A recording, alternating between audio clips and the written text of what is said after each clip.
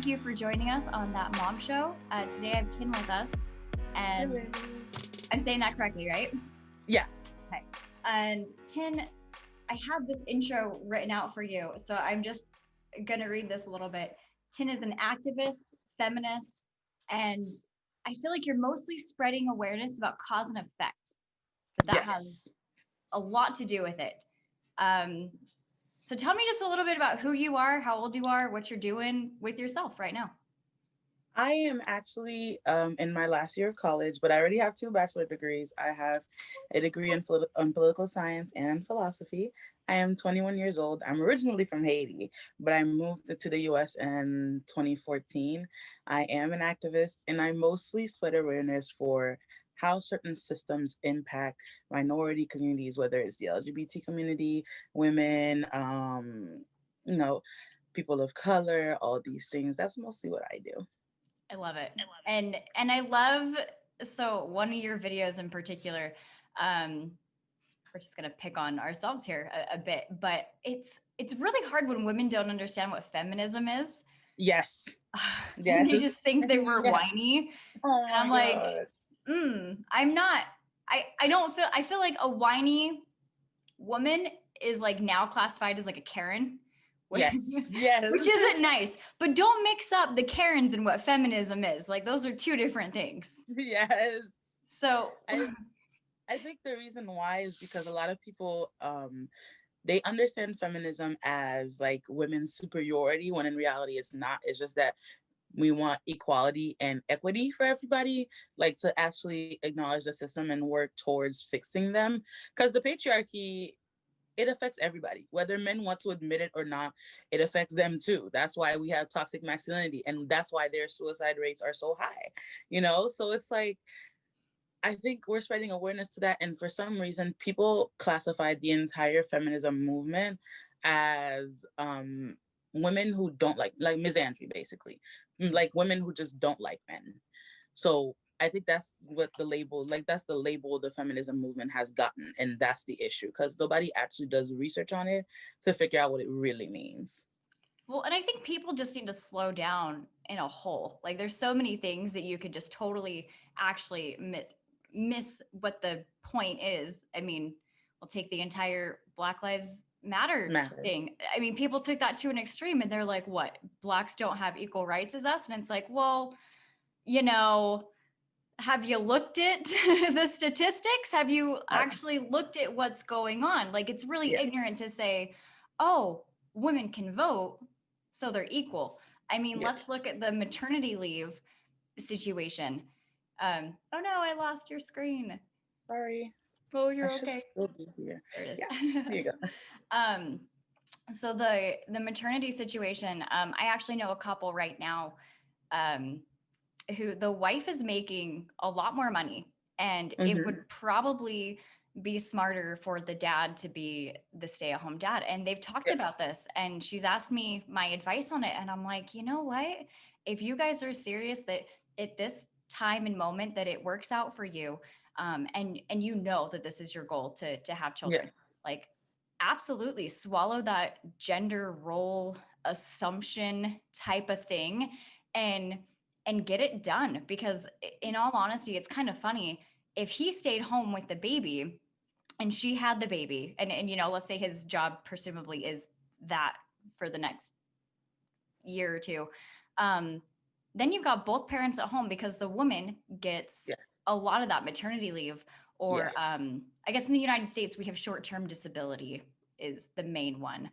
And but I mean, flip the script. Like, let's just say that the dad is the bread maker, and the mom still wants to work too, or excuse me, they're both the bread makers and they both want to work. There's not really a lot of short-term disability for the men, because they don't feel like they went through a lot and need to be there for the baby. And I think the reason why is because people have this like, with the gender roles come the expectation that men be the one that are out there working. And for some women, for some reason, people think that women are always supposed to be the caretakers, which is not always the case. So instead of listening to dads that actually want to be stay-at-home dads and want to actually be there for their kids, like, well, that's not your job. So then you have the societal pressure and all these things. So it usually just, there's no reason to accommodate for them. Yeah. Which is And really sad. so tell me, I guess I'm here to really pick on you. So tell me your mindset. Is kids something that you foresee yourself doing in the future? Yes, actually, which is really funny to me because me personally, I'm non-binary. That's what I identify as. So a lot of times, like when I say that I do want kids, because I do, but I don't want to physically have them. I want to adopt because there's like way too many kids in the foster system that actually need parents for me to just go and just have more. So Right. I do want to have kids eventually. Yes, I do want to adopt a few, like about 5 maybe, Nice. if I have enough money, if I'm stable enough. So yes, I do want kids, but it's always the fact that people are always asking me, yeah, but what about your career? Because I do want to run for the House of Representatives. And I'm just like, yeah, but I may have a partner, and me and Right. my partner can be stay at home, or we can negotiate it as it goes along. But I still have, because I'm women perceived, a lot of people, I still feel the societal pressure to be the caretaker and to be stay at home, which wouldn't be an issue per se, but my career is important to me, my activism is important to me, and advocating for people is important to me. So, and I can't do that if I'm always at home. Right. And that's you and your mindset. You're only 21. Girl, man, at 21, my mindset was all all over the place. And so I actually I didn't even kind of give you my cliff notes, but I was a teen mom at 18. Mhm. I went through my own, set of abuse. And I remember it wasn't even until I was like 19, 20, and I Mhm. finally was in a job where because my son was sick when he was first born, and I Yeah. was finally in a job where it was just a call center job that like they kind of Yeah. hire everyone who has some Yeah. particular set of skills. And I went to my training class, did everything I needed to do, and then after 1 month of being on the floor, I hit the highest, like whatever rank it was. And I was like, what? And my manager's all confused, and he's like, we've got so and so over here, she's been on the floor a year, and it took her a year to hit those stats, and it took me a Oh month. wow. And that's when Wow. my light bulb went off, that I was like, oh shit, I'm trainable. Like I can focus and I can learn, and I'm not what that ex-boyfriend told me. I'm not what Yeah. my parents told me I was. And that takes a while. And I feel like for me, and we can't say that obviously, you didn't have a baby at 18. So but I feel like becoming a mom is literally like a sacrifice in Mhm. itself, as far as your mental, your time, Mhm. especially that next year, like the baby's just so little. So I love that you're recognizing your mental, as far as one, having a baby. Like having a healthy baby is not, it's something that everybody gets. So that's Yeah. something that is kind of already, I wish more people would kind of recognize. What Sorry, is that was that? my cat. I apologize. Because she meows until I let her in. Like I if he wants to say hi, we can say apologize. hi. But yes, continue. I'm sorry. Oh, you're good.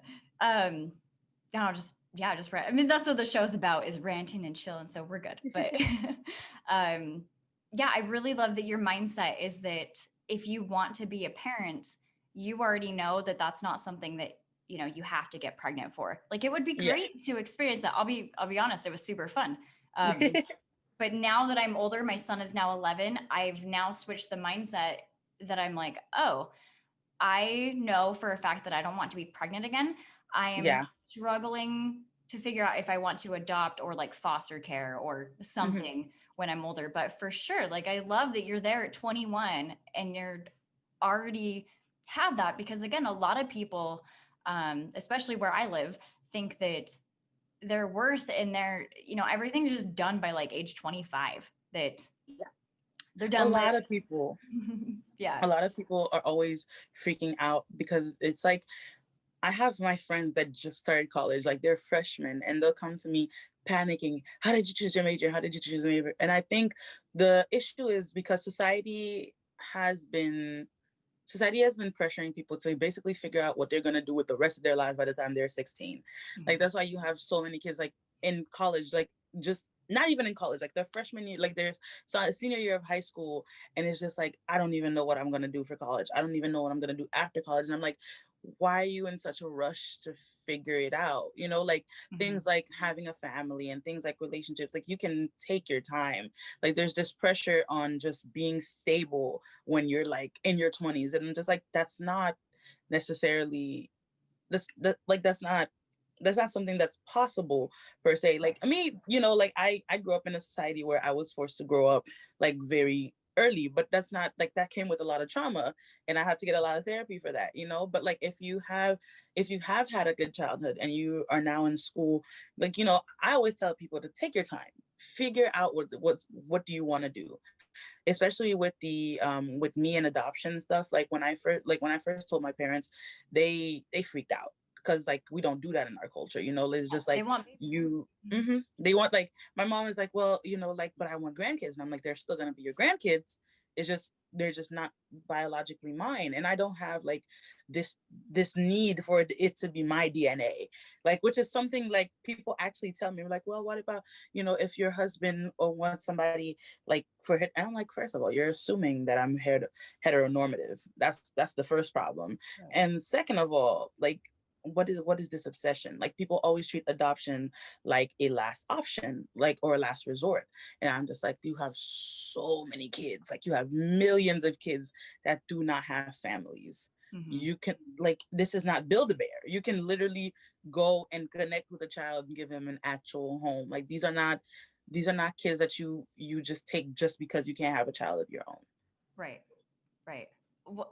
I love your mindset. Yes. And a lot more people, because like I really want to reach out to the moms who have a young girl that's going to college. You know, Mm-hmm. I really want that young girl to get that flip out of her mind that, you know, it's not about her rushing to get her degree and then rushing so she can go home and take care of the home. Because, like, let's be honest, being a stay-at-home mom is not easy. It's And not. like being a college student is not easy.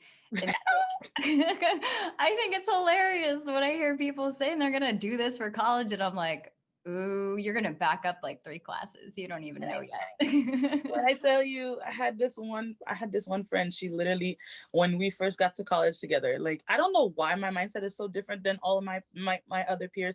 I have literally become the mom friend. It's like, she literally got there and she took one major, but she was like, I'm gonna breeze through this to this, like, for the next 3 years. I'm not even gonna stay 4 years.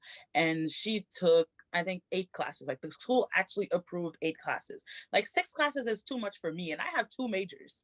So Right. it's like she's taking one major in 8 classes. Ooh. And I'm just like, are you sure you want to do this? And she's like, I have taken all APs, like, you know, I can do. And I'm like, sis, so have I. I've taken all APs all throughout high school and dual enrollment, but that doesn't mean that it's gonna be easy, because college is a whole different workload. And she's like, I got it.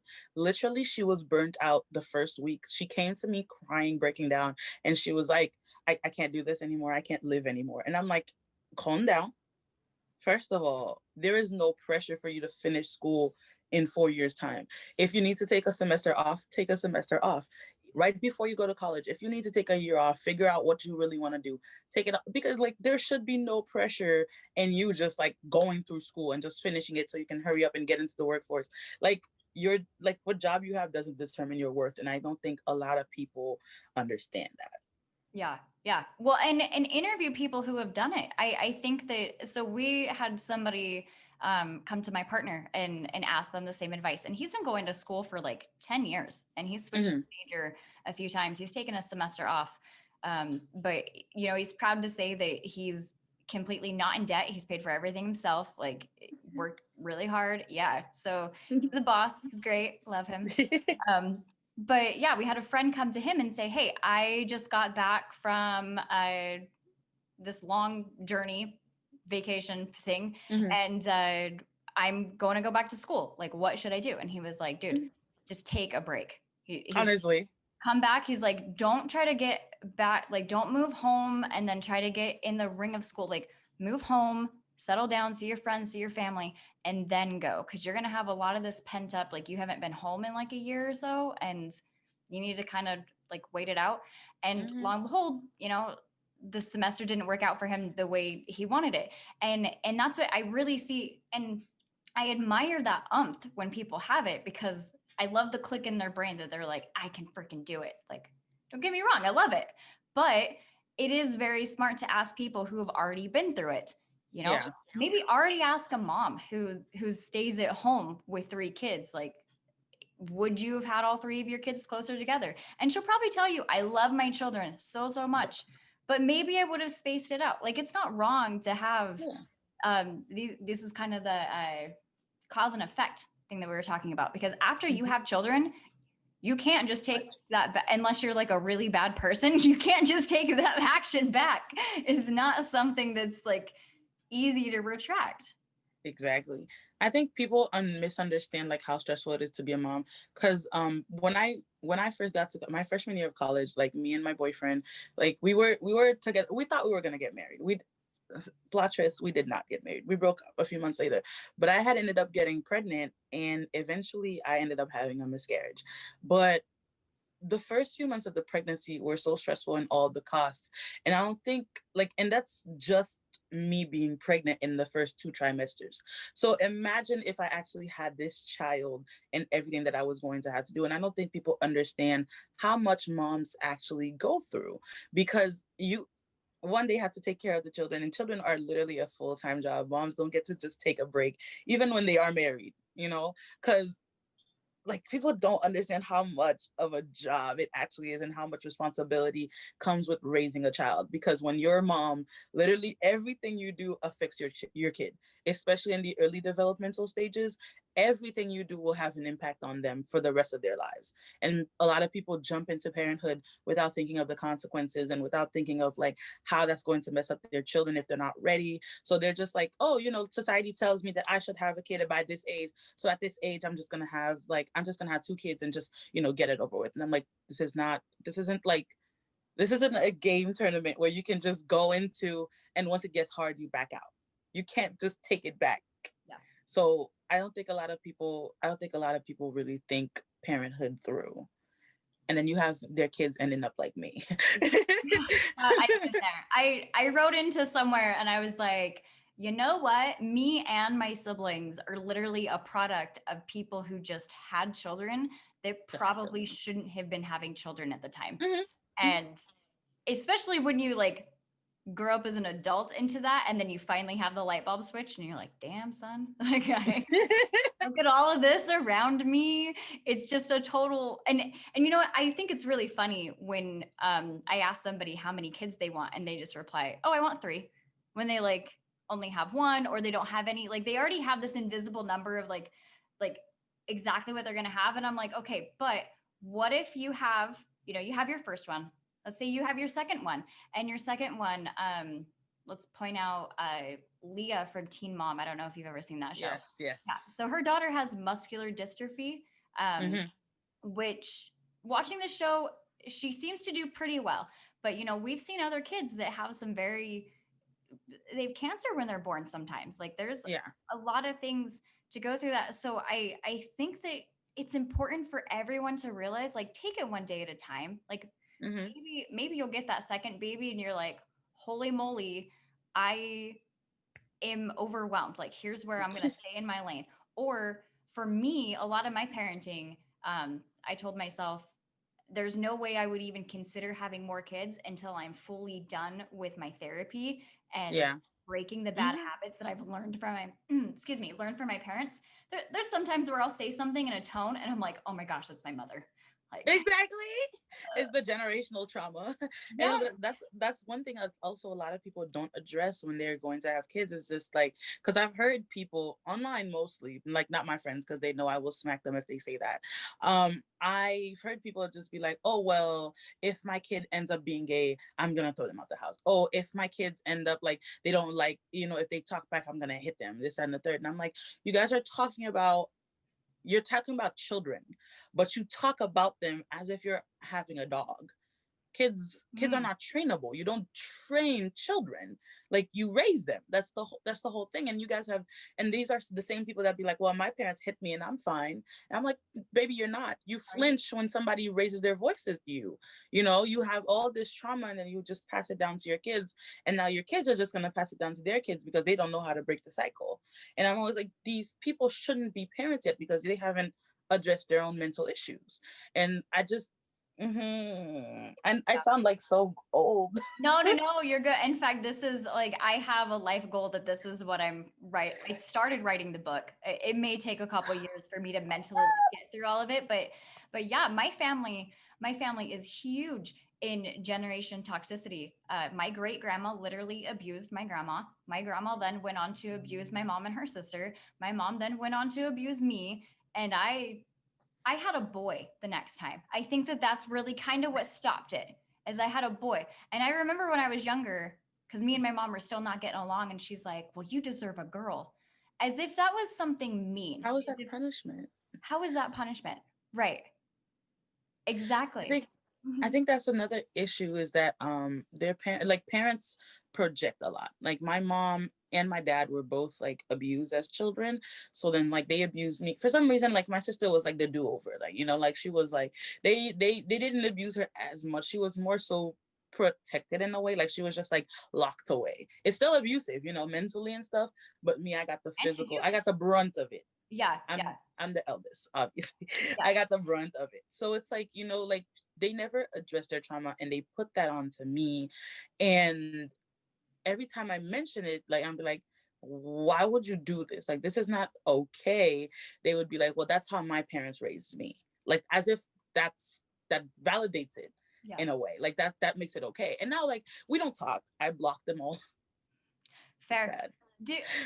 Yeah, you know, like it's just, it's because like when my sexual abuse came up, and like someone had taken the video that I posted online and sent it to my parents. Yes. So it caused like this whole thing, and my mom was like, you're lying and all these things, and that your dad would never allow this to happen. And then like it ended up just being this big issue, and then I ended up blocking them. So it's like, you know, they continue this pattern and they project it on their children. Like, just because like I was like this as a kid, I hid this from my mother, so I'm going to assume you did too. I'm going to assume you're doing this too. And it's like, instead of actually just like guiding their kids and being like, this is why this is wrong, they just think, oh, well, since you're doing this and this is how my parents handle it, this is how I'm also going to handle it, because they have this thing in their head that it worked for them. Because they're okay now. Yeah, they're all right. Okay. And like there's so many to touch on that. Like I think a lot of the times, and people may not even admit it, but there has been sibling favoritism, which is super, super traumatic for the sibling that you're doing it to. Mm-hmm. The people that sent the video to your parents, like, regardless of like, that sounds bad. Like, not regardless of how your parents feel. Like, we obviously care like how people feel. But So when I started to talk about my stuff, it started out as, you know, me telling the story about when I got molested, and my mom caught him, and the cops were never called, and she kept dating him. And like, it wasn't addressed. There's no therapy. There's no like, it was very weird. Dude, it rewires your brain. And I want to fight your mother. I'm not even going to lie. My mom, and here's the thing, and I'll say, God, I just feel like I'm always throwing her under the bus, but it's hard because it's difficult because it's your trauma to talk about. It is my story to talk about. And to, you know, when it started, I had one of my siblings write me and just say, you know, you didn't have it that bad. And like crazy things that are just completely out of line. And I kind of want to touch a little bit on the tone policing, because I think that you guys, when you send somebody's survival story of their trauma, like it took me years to even like really remember. Like, I've always remembered that it happened, but I like stored it somewhere. You blocked it out. Yeah, I don't even know where the hell I put it, because like I always knew it, But like one day I started like saying it in my head and I'm like, it's real. Like it was never like real. And then I started talking to my mom about it. And then she even reminded me of another incident where a relative, like, it was like the same age. It was like my cousin, Mm-hmm. but had done something. And I ran in and I tried to tell grandma and I tried to tell my mom and my aunt and everything. And they were all mad at me. Like it Not the so victim weird. blaming. So when talking about those things, one, we're literally painting the road for other people to heal because I feel like there are other moms that don't want to live in this cycle. So I feel like absolutely anyone listening to this, if you have some sort of survivor story, like tell it. Like Mm-hmm. don't, I mean, be true. Don't be some shisty person telling some lies. Like be true Yeah. about it. Um, because I'm not looking for my abuser. I do think it would have helped the situation. Like, I don't know where he moved to or where he went to, or if he was ever around other little girls. But obviously, that could have possibly done something to him. And so he doesn't like hurt people in the future. Yeah. But when you take somebody's survivor story and you send it right to the person who abused them, you're almost like, oh, look what this whiny person is talking Exactly. about. Wholly It's the victim disrespectful. blaming. It's so it's and like the victim blaming comments that I get, because I addressed whoever sent the video on my page, and then I got so many comments that were like, well, it's the internet, what did you expect? And I'm like, I created a safe space on my page for me to be able to talk about stuff that I went through. My parents are not on this platform, yet you guys went out of your way to scroll through my account, screen record the video, not even download it, screen record it, and then sent it to them. Like, you purposely wanted to hurt me with that one because you saw somebody talking about their abuser and then you sent the video to their abuser instead of just checking up and see if the person is okay.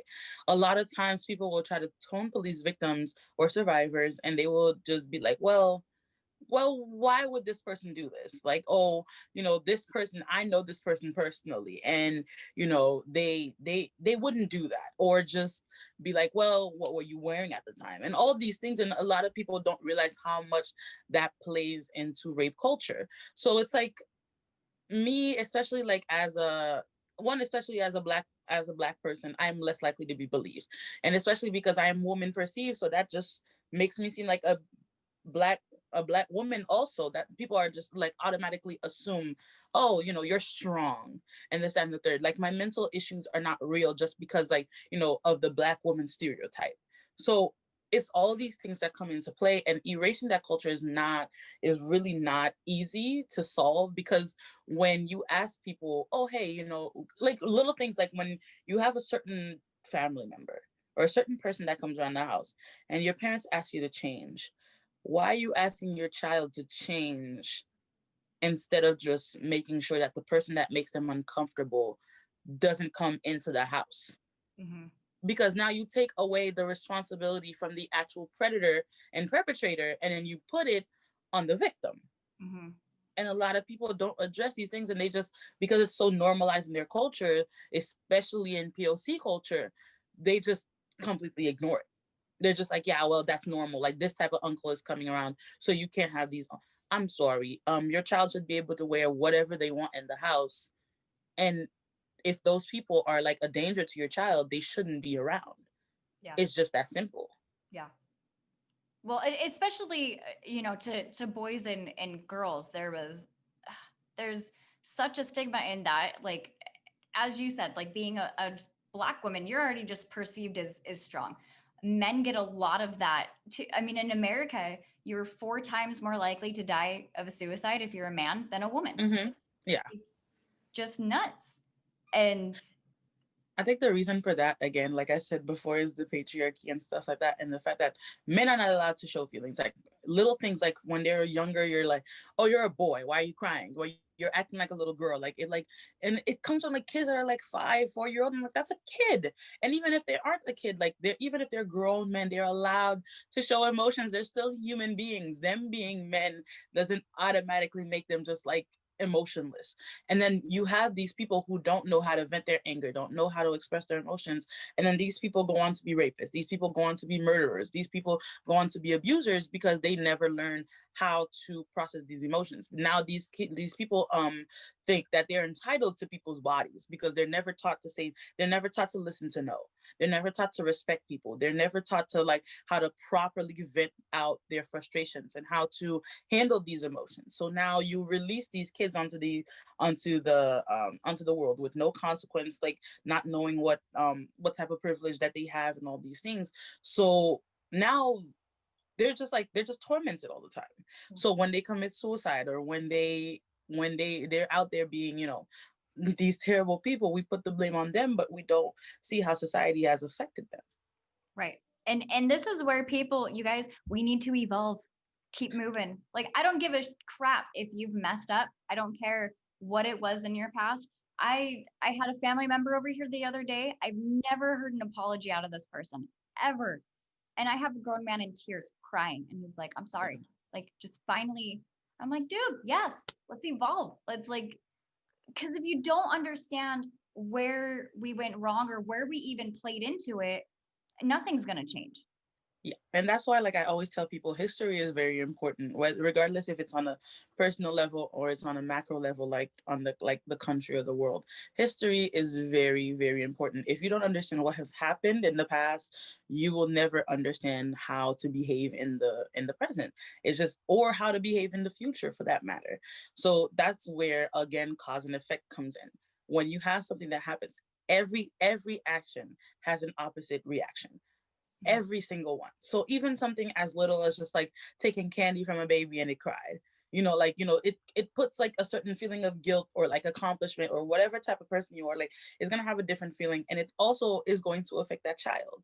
Like, people never understand that. Like, and so that's why I never understand conservatism, not like in a politic way, but like just people not wanting to move or wanting to change. So I'm like, society is dynamic, it cannot be stagnant, or you don't have a society that's going to fail. Right. Change is what keeps everything moving. It's what brings innovation. It's what brings like all these different wonders that we have. So when you don't know how to change, you don't know how to adapt, especially when the culture around you is changing. Because look at Gen Z, we're all crazy. All of us are just crazy. We're just like so left field and radical. It's just like, we're just like, oh, like, forget the government, burn it down, like, Yeah. and we're just here like, oh, forget defunding the police, abolish it. Like, let's just, like, this generation is just so left field, and our parents are not very easily adaptive, like adaptive to that. So it's like, it's hard. But if you don't put in the effort, you're gonna get left behind. And now you're the terrible person, but in reality, you just were never taught how to act differently. Right. I think that, for all the trauma and moves and everything that I went through, I feel like it really geared me for what was coming in our generation. So Yeah. I like that I'm able to adapt a bit, but yeah, if you're not, but I mean, I'll be honest. I think that we're not just what we are. We are literally like a sponge. We can relearn something and soak up something or change our shape. Like, we can do that all the time. And that's like the entire point of our species. Exactly. Like, humans learn, and a lot of people don't understand that, because it's like, I had a friend of mine that literally, that this was before I knew them. They used to be like very much right-wing conservative. Like, they grew up with a conservative family and all these things, and then they got to high school and then they started learning. They started learning more about like the Black Lives Matter movement and all the LGBT community and all these things, like immigration. Like, they started teaching themselves. And it's like, the more they got educated, the more they went to school, the more they got educated, the more they started changing. Like they were like, oh yeah, yeah, yeah. I just kept going left and left and left and left and just never went back. So it's just, like, the whole point of us being humans is being able to learn new information and being able to grow. And if we can't grow, then we're just gonna be there, stuck at the old times. And it just never works. It just Exactly. never works. Well, and so somebody pointed this out to me. I asked a couple people, what does feminism mean to you? I I asked a couple males, and Yeah.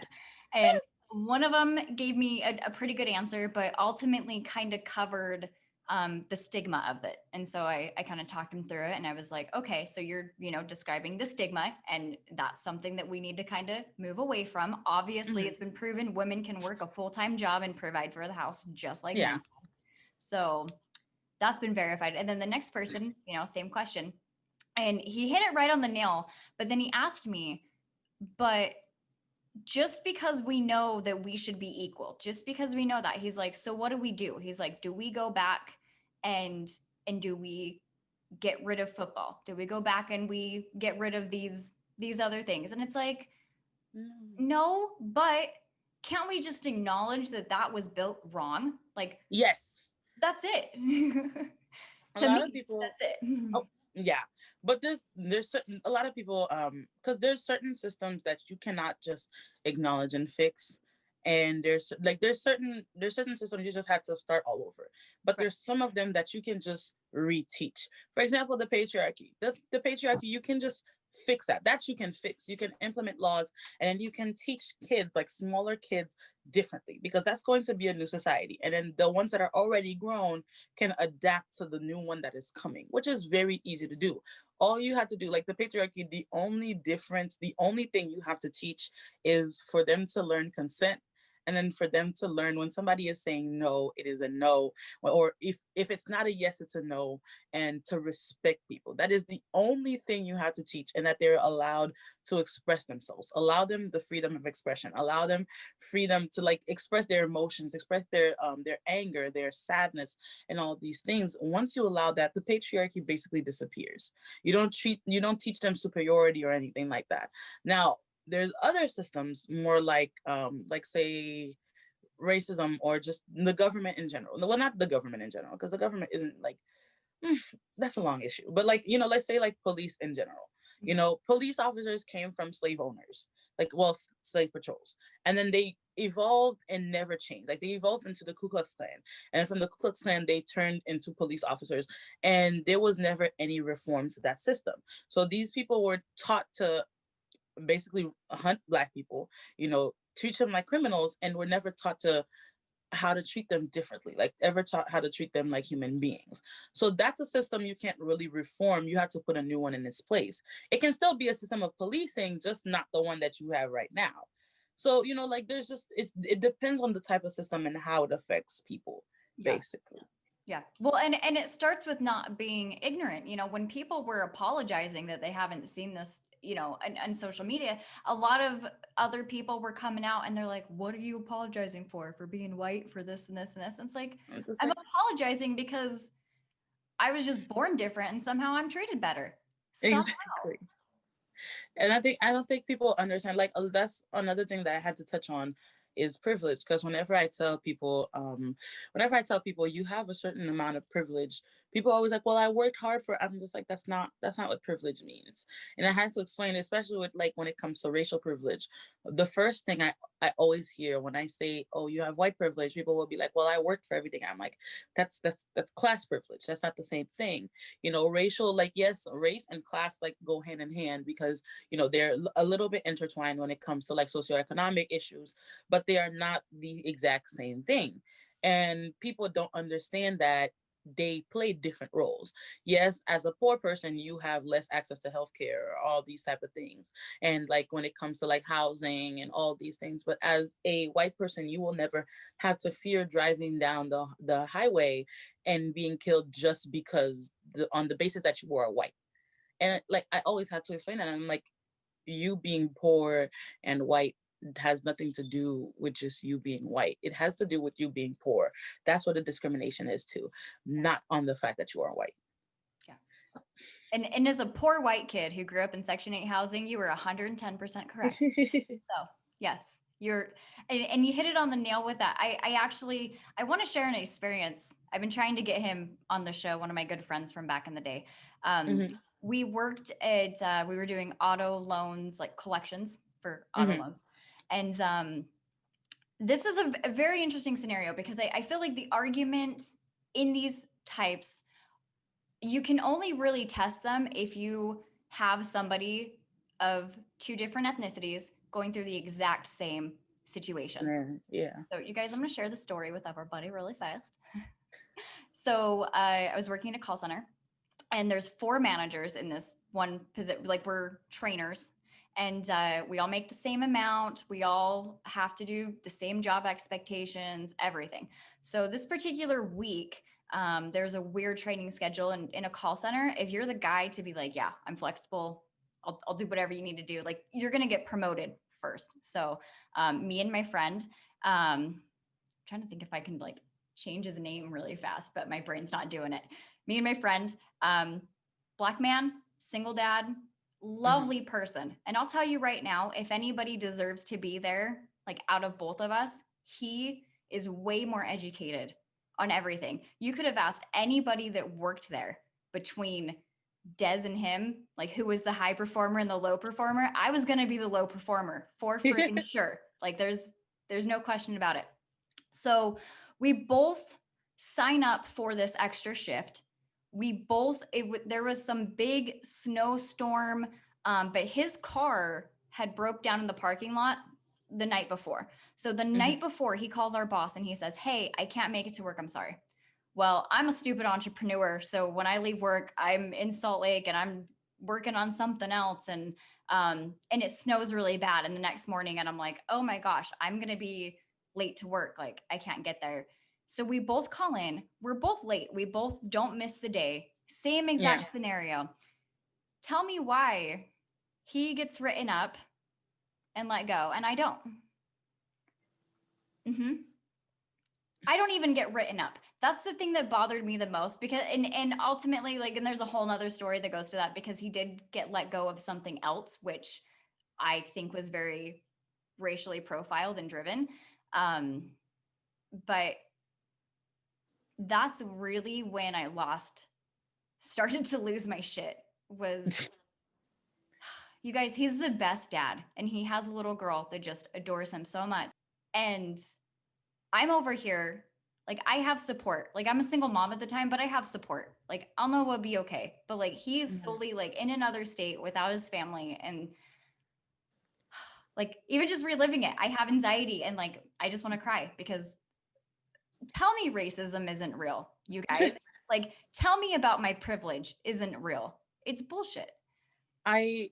I literally, this one time I was in class. It was my first sociology class. That's one of the reasons why I switched my major to political science and philosophy, because originally it was just psychology, because I wanted to be a therapist, because I wanted to help a large number of people. But then I'm like, why not just go straight to making the laws? So it's like I took a sociology course, and like I fell in love there. But like the story is that I was sitting in class. Like my teacher was white. She is amazing. Oh my God. She is such an amazing she's a white woman. I absolutely adore her. She, during the class, like even when we got to the chapter of race, she did not conduct that class at all. She brought in another Black teacher to explain the effects of race and all these things, and like brought in other people of color to express like how exactly race works in America. When we were confused, we're like, why did you have to bring it? And she's like, that's not my place. You know, I'm white. At the end of the day, I have privilege. So, but like, no, but that's beyond the point. But the point is, I remember that we had a presentation, and the thing was that it was basically like a sociology exercise. We had to present the same type, everybody in that class had the same type of subject. We had to do like racism and police in America, and we had to present it to the same class differently with our own research. So when I spoke, I'm very passionate when I speak. Like, I'm loud, I'm brash. Like, I will just tell you the facts straight up, and I will not sugarcoat. I don't know how to. I never learned. So, you know, and then like my white friend that was in the class, she came and presented the exact same thing with the similar statistics and all these things, same tone, the tone of anger. So when she asked the class, which was mostly made of white students, because I go to a PWI. So she asked the class, hey, you know, like, what is the one thing that you would recommend that these presenters change about their presentation? And everybody, when they got to my name, everybody were like, oh, I just think that they were a little, you know, they were a little abrasive. They were a little angry and all these things. Like, and they were like, my white counterpart, they were just like, oh, she was so passionate, you know. And it's just like, I'm just like, that's when I realized the demonization that Black women, especially as a dark skinned person, Yeah. like that they have. Like, it's like I'm always perceived as the angry Black woman stereotype without anybody acknowledging the reason why I'm angry. So it's like it's always like the tone policing comes in there, and they're just like, well, if you change your tone, people would be more willing to listen. But why do I have to change my tone to adapt to your comfort? Right. You know what I'm saying? Especially when I have a very valid reason to be angry. Like, I'm not allowed to express that, basically. So it's like, that's when she said that to the class. She explained it. She was like, notice how Emily presented her thing, and she was received. She was passionate. But when Tin presented their thing, immediately they were seen as angry, and they were seen as too brash and too, and it's just like, do you see like the negative connotation? And she like when she presented that to the class, she was like, this is the difference, and this is what Black people go through every day. They're immediately criminalized, they're demonized, they're seen as violent and all these things just by being there. Yeah. So, it's the little microaggressions that people don't recognize, and those microaggressions play into a bigger system. And so I read, well, and actually let me say this, because when you were explaining that too, and you're like, here's how they described me, before you even said hers, I was thinking, how did they not see that you were passionate? Like, it's the same word, but used in a negative reference, like completely. And oh, dang it, now I forgot my next point. You're fine. I have time. Whatever. I'm so glad that I got you on the show. Like, so as soon as I started finding your videos, I'm like, yes, yes, yes. So I love what you're doing. Oh, that's what I was gonna say. I had a relative share an article. I'm just throwing everybody I know under the bus. Sorry, guys. This is why people don't like me anymore. So, like, I don't like the people who really love me. I'm finding are like all on the internet, and like it's great to find my tribe there. But yeah, but I need real life people. yeah, it's good to connect. So we'll stay connected. I'll invite you back on the show for sure. So we should definitely be friends. I'm actually adoring this. You're in New York, aren't you? I'm in Florida, sadly. I want to move to DC though. Okay, sadly. Okay. So, well, I'm in Utah, sadly. So, but, like out there. Yeah. Have you ever been to Utah? I haven't been anywhere that isn't Florida and then Haiti. I do not travel. My parents were like, I was very sheltered. Like, I'm now just starting to like travel. I have a plan, like a trip planned to DC actually next week. So I'm excited. Oh, I'm excited for you. Yeah. I'm gonna write you after this. Let's meet. We'll plan something like per Corona, but let's meet, because I actually have travel flights and stuff, and we should just get together for a meal. Yes, that'd be great. I'm excited. Oh, what was I gonna say? Throwing relatives under the bus. Where do we start? Somebody shared an article. It was referencing a celebrity who was Black, and he was like, I don't believe America's racist, and here's why. And he tried to say, yeah, I can't even get through that. So he tried to say that, and in this particular example, if somebody has robbed your store and you see somebody who comes back in kind of looking like that, and you're a little bit nervous, like, that's why they're calling the cops. That's why they're being weird. That's why they're keeping a camera on you. And I'm like, wait. But if my ex-boyfriend cheats on me, does that mean that every boyfriend I get to treat how that was treated? Absolutely not. And even more so, to all the business owners out there that need thicker skin, this is a you problem thing.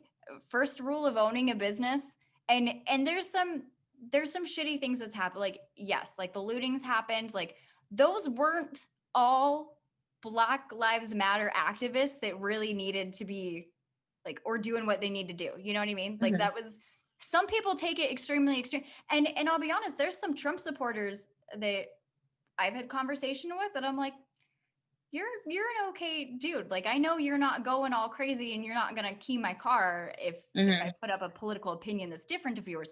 But unfortunately, there are just those people. But let me just talk about like that article and that business owner. Like, 110%, absolutely not. I don't care what you've been through in the past. That is your trauma to work through. That is your issue to figure out. And even when you feel this way, like someone shared a video that said when you're in this neighborhood, like you're judging people and you lock your doors and like, I'm sorry, I lived in the ghetto. Like I lock my doors just because it's ghetto. Like it is what it is. Like Yeah. because people are stealing over there, not because they just it's like fun to steal, like some rich It's snob because they're in scenario. need. They freaking need it. Like, and they're in survival mode. So I know that the Exactly. stealing for them is gonna happen a lot quicker than it is in like maybe a more privileged neighborhood where it's gonna happen at like 2 a.m. and it's just some kid Yeah. who's stupid. But like these people in this area actually need to steal my stuff to live. So Exactly. That's like different. there are some definitely like spectrums on that, but how many times I've seen my Black friends walk into a store and they're like, oh, she's calling the cops again, I haven't even said hi to her. I'm like, are you guys freaking kidding me? Like I feel like you should have your business license taken away if you've done that and the cops are coming. Like you should be shut down, in my opinion. A lot of times, like I noticed that a lot of times people are weaponizing the police now because they acknowledge the effects that it has. They acknowledge the racism that actually exists, but they refuse to address it because a lot of times when you have privilege, you don't want it get taken away. That's also why you have issues, like you have people being like, well, this is going to be expensive for the country, you can't give like Medicare for all, it's going to cost us $79 billion, without even addressing the fact that the military budget is on $700 billion. So I'm just like, you guys, are you, this is not even 1% of the whole budget, are you kidding me? So I'm just like, there's just all of these things. I'm just like, you can't just oh my god. It's just started on that. it just bothers me so much because I'm like, you live with these people on a day-to-day basis. Like you have these different races. Instead of just like ignoring the issue and pretending it doesn't exist, why don't you just listen to what people are going through? Why don't you just listen? Because at the end of the day, like, yes, these things exist. Yes, there's gonna be people that are stealing and all these things, and like they're just gonna so happen to be Black. But at the end of the day, you have to understand what system. You have to acknowledge the system of how they got there and why they're there. Because a lot of people, like, they're just like, oh, the ghetto is this, and I'm just like, but do you know how the ghettos were created? Do you know of redlining laws? Do you know of housing discrimination? Do you know of all these things? Do you know like what these people are going through with jobs? Like the likelihood that they're not gonna get hired just because of their name, because they're Black, because their name is too Black or it's too quote unquote ethnic. So I'm just like, I'm just like all these things that like, you guys are not acknowledging it. So what is the point of you complaining that, oh, these people are, or generalizing? Because imagine if like all of the people of color were just like now, like, oh, we're just gonna like generalize all of you guys now. Now we don't want equality anymore. We want revenge. Yeah. Now we're gonna be the bad people. Like I'm just like, you guys cannot just you have to learn to listen at this point.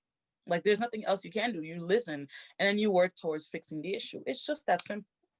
Right. I hope anyone who has something negative to say about this discussion, if they did, like, they honestly watch the full interview. Like that's the whole thing. Like anytime that someone takes even a clip of our president and says something, like I go and I watch the full interview and I'm like, oh, it wasn't as bad as the media made it out to be. Like I may not agree with him, but like that is what I think is the foundation to understanding each other and evolving is shut the hell up and listen. It's discussion. Yeah. If you don't know how to listen at this point, you're just gonna get nowhere. And that's why, like, a lot of times, like a lot of people in my comments, specifically on my page, on my TikTok, like a lot of people will just be asking a lot of questions, and I try to read through all the comments, and I usually succeed. Like I'll read through, but there's just certain people that are like blatantly being ignorant. Like they'll just hear the point and somehow twist it. And I'm just like, and even other people that are just like, dude, I'm a Trump supporter, and what you're saying is not making any sense. Yeah. Like I've always said that, like I will gladly teach anybody, but I will never debate stupid. I'm sorry. That is just what I will not do. I'm not gonna waste my breath knowing that you're never gonna listen to me. There's no point. That's why I don't even bother talking to my parents. It's just like, like if I say, hey, you hurt me or you did this to me, and your first response is no, I didn't. Bye. The dialogue is already there's nothing more to say. Yeah. There's nothing more to say. Well, and so now like you're just sitting there. Mm-hmm. Sorry, those scenarios, like if I feel like if you're in the wrong or you're being too sensitive, you'll come out and you'll say, here's where I was too sensitive, but here's what I felt like. But what is, I seen this quote by Lisa Bilyeu, and it says, somebody tells you that you're being too sensitive when someone's done something really shitty to you and they don't want to own up to it. That's true. And the thing is, that's why like a lot of people don't understand. Like it's easy when people are wrong. I've read somewhere that it's like it hurts as much as like being punched in the face. It's an actual study, and I'm like, what? But like, it's understandable. Like, you know, like it's not easy to change your perception on things. Like, especially if you were taught that your entire life, especially if you grew up with that sort of privilege your entire life, and you had the luxury of being able to act that way. Especially if like these issues don't affect you, it's very, very easy to just ignore them. But I I also think it's important to just like be able to listen to the other side and try to understand where they're coming from. Because once you ignore the issues, now this is just going to come back on you. Because once those people start getting angry, you know, like they feel like their voices are not heard. That's when you start having things like the riots. Because what we've learned throughout history is that protests don't solve anything. The government only listens to violence. If property, like they care more about property than human lives. So if they start losing money, that's when they start to listen. And I just don't understand why that's a thing. Oh my God, what is going on? Sorry, give me one You're second. fine. I'm Yeah, just going to no, put my phone on do not disturb. that's your camera kind of threw off my Yeah, brain. there we go. Uh, Hi. hey, but no, it's just, it's inhumane. Like no matter what the issue is, it doesn't, and everyone kind of knows at this point that I'm not a very religious person. I'm kind of, but I feel spiritual. I feel like I do believe in a lot of like karma. I believe, but that's also because I feel like humans are so amazing. Like I think that there has to be something bigger than us because all of this somehow connects and makes sense. But at the same time, I would love for people to realize that we are what we say we are. So Hmm. when we came out and we said, you know, if we're hunter gatherers, and then, you know, we evolve into, oh, the women take care of the children because they make the children. Like that made sense. I'm not even like disagreeing that that didn't make sense for the time that humans were at. Like that Hmm. made sense logically. Like they popped out a baby. It should take care of it. But now we've just like evolved so much more to listen to women and they go, hey, I go crazy if I'm just stuck with the baby all day and I have no help. Like, listen to Exactly. that. Evolve, keep moving. And it's funny because a lot of times people don't even understand the history of those things, like where that thing about women being the caretakers and stuff like that, that actually didn't come up until very recently in history, like I think until in the 1800s, when this man literally just saw women just being like strong, and I think he had gotten rejected, which typical, he had gotten rejected, and literally he was like, well, now all women are witches, and like if she's intelligent she's a witch, and this, that, and the third, which kickstarted the Salem witch trials, and they started using Christianity to perpetuate it. Not that Christianity itself is a bad religion or anything like that, but it's how they use it. So it's like a lot of these times people don't acknowledge the histories that are behind it, which again, cause and effect. You know, they don't understand where these things are coming from, where they have like where these ideologies, like how they're being taught to them, and like how they're literally in like every day, like they're literally indoctrinated into it in every little thing, from their toys to the school and to how they're treated, like dress codes and all these things. And a lot of people don't understand that. I'm just like, why would you not listen to the people that are being affected? Yeah. Because some of them, it's not like they want to keep their, it's not because they want to keep their privilege, it's because they genuinely just like they were taught to never believe the people who are affected, like always. It's just like women, like it's from little things like, oh, maybe she's on her period, or like, oh, this person is just like they're just being dramatic and all these things. And I'm just like, you couldn't understand the first thing about a female body if you tried to. You don't try to understand when women are going, like they're going, and it's like it's so funny because I remember the first time I told like this guy that was like, I was like, I was very irritated that day, but because that's only because I have like a lot of anxiety and depression, and it was really affecting my mood. And he literally turned to me and he was like, "Are you on your period?" And I was like, "You do? Do you know what hormone women secrete the most when they're on their period?" And he was like, "What?" And I'm like, "Testosterone." So even if I was on my period, I'm not acting like a woman. I'm acting like a man. Yeah. Do you understand that? Do you understand that? And he just like paused immediately. He was like, "Why are you so irritated today?" And I'm like, "Why didn't you ask me that in the first place? Yeah. Why did you immediately jump to like I'm being dramatic?" And then those little things that they teach them, play go into medicine. So now you have these things like when women go to the hospital and they're like, they're in pain, doctors think they're exaggerating it or they're being dramatic, and then they receive less care. So I'm just like, you guys need to understand cause and effect and where these things are coming from and how it affects everyday people. Because when we say, hey, we're dying at an extreme rate here, like there's no reason why we should be dying this fast. You guys are not listening to us. And you're just like, yeah, you're just doing too much. Like, what? Yeah. What? No, absolutely What? crazy. Absolutely. And like, of course, like there's specific stories that I'd like to shout out and whatnot, but no, yeah, I'm gonna say it. Tamir Rice was bullshit. Completely. That is like, there's no argument. And then it's crazy to me who actually tries to argue that scenario with me at all. 12-year-old child. He was That 13. is a child. Like, Like, you don't I'm just pull like, up on a 13-year-old like that ever. Like, and even if he did have a real gun, why was your reaction to shoot him? He's a child. Why did you not try to take it away out of fear that he would hurt himself? Yeah. Why did you, like, if you are a cop, why are you so afraid? Why are you afraid? Mm-hmm. One, your job, literally the first description is for bravery.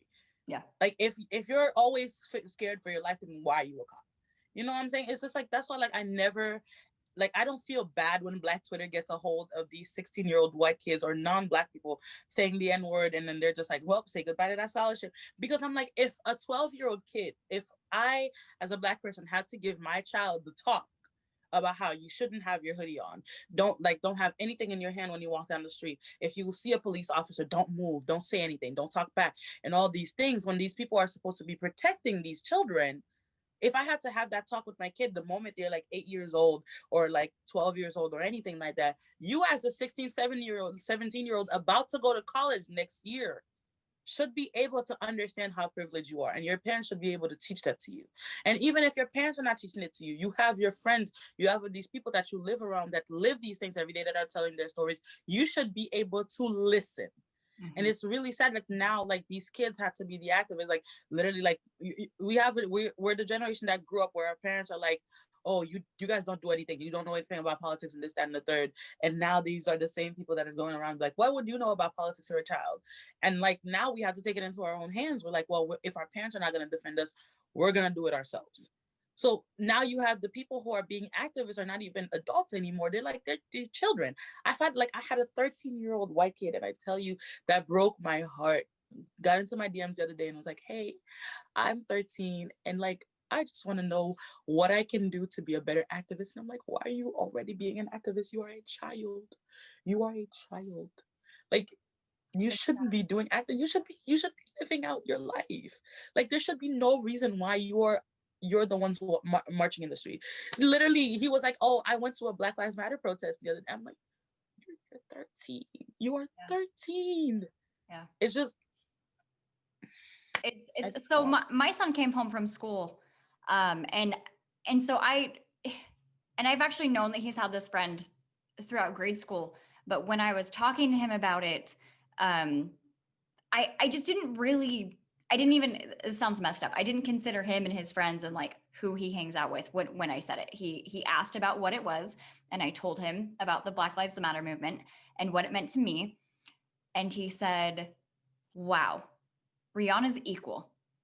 And I was like, what? And he goes, I love Rihanna. He's like, I couldn't imagine treating her any different. And he was just like, and like, I just didn't expect it out of him. But sorry. Kids are so smart, and they're not born racist, you guys. This is taught things. I remember my uncle saying some stupid shit. It's just like, and tell you who my uncle is. My uncle's a no one. Like my uncle he's nothing. He's not an activist. He's not even in the community. I doubt he even has a job right now. I'll be honest. But this particular uncle, racist, is like so bad. And but for why? Like, why was he teaching us racist jokes? Like, why was he like, and people, and this is why I have my show and I'm pissing everybody off, but like, this is the type of things that we need, because again, like, if everybody would just be honest about the things that they've experienced and the things that they've seen, I don't think that we could be ignorant. Or if we were open-minded enough to say, hey, I haven't experienced that, or I haven't gone through this, and then realize that you don't have an experience to talk about. Like, it doesn't make you right because you haven't experienced it. It makes you privileged. Yes. I literally, I always say that whenever, I remember this one time I was saying I was talking about the Black Lives Matter movement on my page, and I saw one of the comments, and she was like, oh, well, white people get killed more by the cops. And I was like, first off, you guys, you don't. More of you get killed by the cops because there's more white people in the country. Yeah. Black people only account for 13% of the total population. You guys account for 64. There's a difference. And there's like, even though there's more of you guys getting killed, you guys are getting killed at a slower, very much slower rate. Like Black people are 4 to 5 times more likely to be killed by the police than their white counterparts. And it's not, and also, second of all, don't be angry that you don't have a movement. Be happy that you don't need one. Thank you. And I'm always saying that. I'm just like, why are you upset that you are privileged? Why are you upset that you're not a minority? Like, why do you guys want to be oppressed so badly? I'm just like, oppression isn't fun. It isn't quirky. It's not like a hashtag. It's not like something that we do for attention. It's just like, these are our real lives and we're affected. Like, we don't have the privilege to say, oh, we don't care about politics. And every time a Black person says that, I'm always like, here's your cone chip. Here, have it. Because I'm just like, you do not have enough privilege to be this stupid. You really don't. So It's just like, I never understand people who are in privileged spaces, like, especially when I talk about what, like, women's experiences of walking down the street, and men will literally tell me, oh, why don't you guys just get a gun? And I'm like, how about you start raping women? Maybe. It's like you're in your mind that like men are inherently violent, when that's not the case. You guys are taught to be that way. You're taught to be violent. You're taught that being a manly man is just like, just like being like loud and heard and all these things, when in reality is just knowing how to be alive. Just like, be alive, just literally living your life. Like, if you want to wear whatever you want to wear whatever. If you want to express yourself, do it. And it's like, there's a lot of stigma and sexuality and all these things, and I'm just like, why are you guys in boxing all these things? Like, why is like being a man the default? Why is being binary the default? Why is being straight the default? Why is being white the default? Like, why is that the default? Like, you guys were just like, you guys don't understand that there are other people outside of your own circle, or like other people outside of like how you identify that exist. Like, you're not always going to be surrounded by straight people all the time. You're not always going to be surrounded by white people all the time. You're gonna experience other people. You're gonna meet you're gonna meet Muslims. You're gonna meet Black people. You're gonna meet Arab people. You're gonna meet Hispanic people. You're gonna meet Latinos. You're gonna meet all of these things. It's just sorry. I'm just like, it just frustrates me sometimes. Yeah. Well, thank you so much for being here, Tin. Seriously, like this interview, like, and I feel bad because every time I talk to somebody, I'm like, oh wow, this is my favorite interview. But like, I truly mean it. I love living in the moment, and this is like what I am here for. I feel like my life was like always kind of like the mom friend, and like people would come to me and they're, when they're feeling suicidal, they're feeling down, or they need advice, or they're like, who do I listen to? And I'd always be like directing them to other influences. And so I was like, okay, fine, we'll just make it out of a YouTube channel and we'll do this. So I thank you so much for coming on here. And of course, you're so beautiful. And I don't know. I don't know if you've had a chance to watch any of our other videos. We have a video interview with our friend Jess, and she talks about her daughter Judy going through her transition. So for anybody listening to this that is kind of confused on like non-binary or the transitioning process or anything, go check out that video. Keep looking into resources, because like I can't believe how many people try to combat people are. I'm sorry, I'm Haitian. This happens all the time. You're fine. At my aunt's house. College life. Yeah. Okay. Yeah, I need to end the interview anyways. I'm actually keeping you 11 minutes over, but I will connect with you. You have my time. Instagram. I appreciate you. Where do we find you? I guess like shout out your stuff for people just listening. I actually have an Instagram. It's I'm.big.so.what. And I also have a YouTube channel called Let's Talk About It. I just released the intro video like 2 weeks ago, and I've actually been really swamped this week. That's why I haven't released anything.